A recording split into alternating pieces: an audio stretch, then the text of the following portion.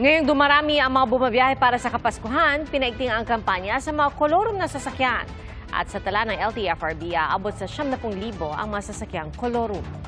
Saksi si Sandra Aguinaldo.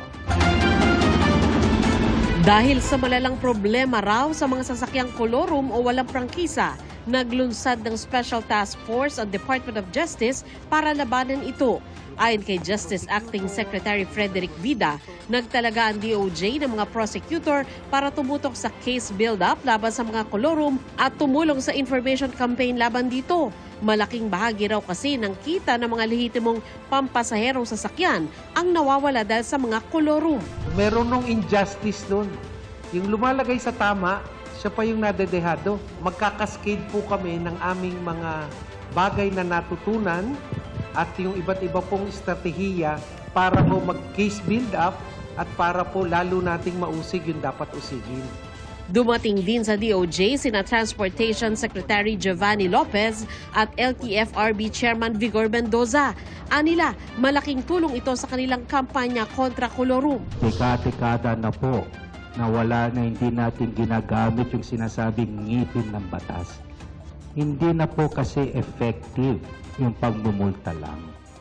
Kailangan po natin maipakita na itong ginagawa ng ating mga sinasabing mga nagkokolorum ay talagang bawal sa mata ng batas.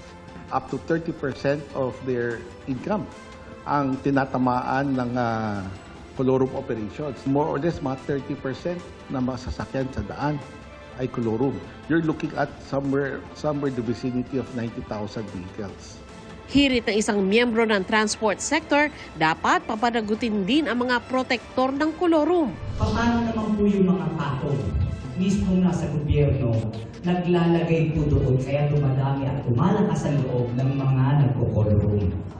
Pagtitiyak ng DOJ at DOTR, Bigyan niyo ako ng workable and actionable intel. Tatrabahuhin ho ng NBI, tatrabahuhin ho natin dito sa DOJ. Baka may listahan ka na po ng mga nasa patong. Ibigay nyo na po sa akin. Yayariin na po natin.